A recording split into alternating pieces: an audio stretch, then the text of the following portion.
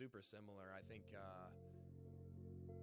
I think the majority of traders eventually, once you start making a substantial amount of money, like find something else to do as long as trading isn't taking your entire day, and as long as you want to too. Like if you're just ambitious and you're like, yo, I'm done trading and I have 8 hours with the rest of my day, you might as well start some sort of other flows of income, you know?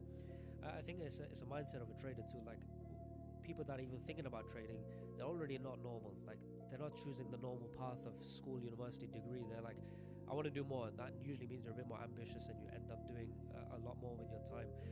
What is your view on, let's say, financial literacy? Because it's something that I didn't get taught in school, probably in the US you neither.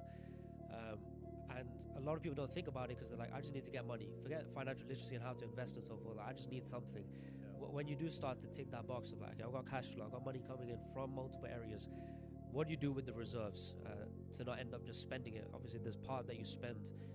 How do you? A lot of it's on you right now, and I start G-Shock, which is crazy. But in general, like with the money that's coming in from various sources, what do you do with it?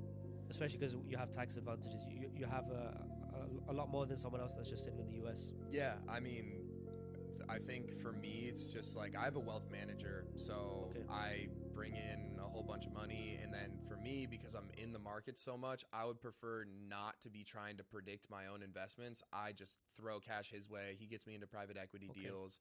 He does like the majority of the investing for me, and it's just super hands off. It's like, yo, sent you the fucking wire, get to work. And he's like, bet. And then I check my portfolio every now and then, but I just know he's taking care of me. It's like private bank. So like that's how I do my, like, the majority of my cash flow that comes in. Like obviously I spend money and I enjoy like the fashion shit and whatever, driving a nice car and having a nice house, just like anybody else would if they are making a lot of money. But also you have to put money to the side. Like you have to be doing that. And then also to fuel like other businesses. So I started a clothing brand with my manager, and that has been a super fun passion project for us, which has been like, we're both super into fashion. We're both kind of like ridiculous with our outfits. We like being super loud, super flamboyant. And it's just like, originally we just wanted to make clothes for ourselves, but now people are fucking loving that shit. So I'm like, oh, this is awesome. And I'm able to go in and be like, cool, I'm literally dropping $100,000 on this. Whereas like most people that are starting a clothing brand, they don't even have that opportunity. So our product is freaking amazing off rip. And that gives us the opportunity to be able to make a really awesome brand just immediately because of the cash that both of us are bringing in from all the other shit that we do. It just, it gives you way more leverage. And then also me like networking, knowing the people that I know, like they're telling me, hey, don't do this, go to this manufacturer, do this with the 3PL. It's like, we just speed run the entire, we literally speed run the entire clothing industry by having money and having the connections that we have. Yep. You rolled up here in a Lamborghini, and it looks familiar to me. Tell me the story behind that.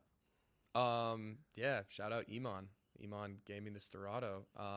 It was, I think he tried to use it to not force me to buy one, but I was at his house and we were boxing, and he was like, yeah, I saw that you were thinking about getting one of these. And this was like a long time ago. I think it was like a year and a half ago or something that I mentioned that I wanted one.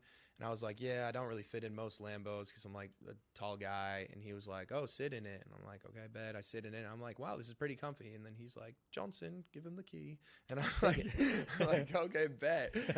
Yeah. So I already texted him. I was like, yeah, bro, give me 1 month for when I'm back on the island and you're about to see one of these bitches parked up in my driveway. Now that you've been in Dubai for a little bit of time, is there ever a chance you would move out here?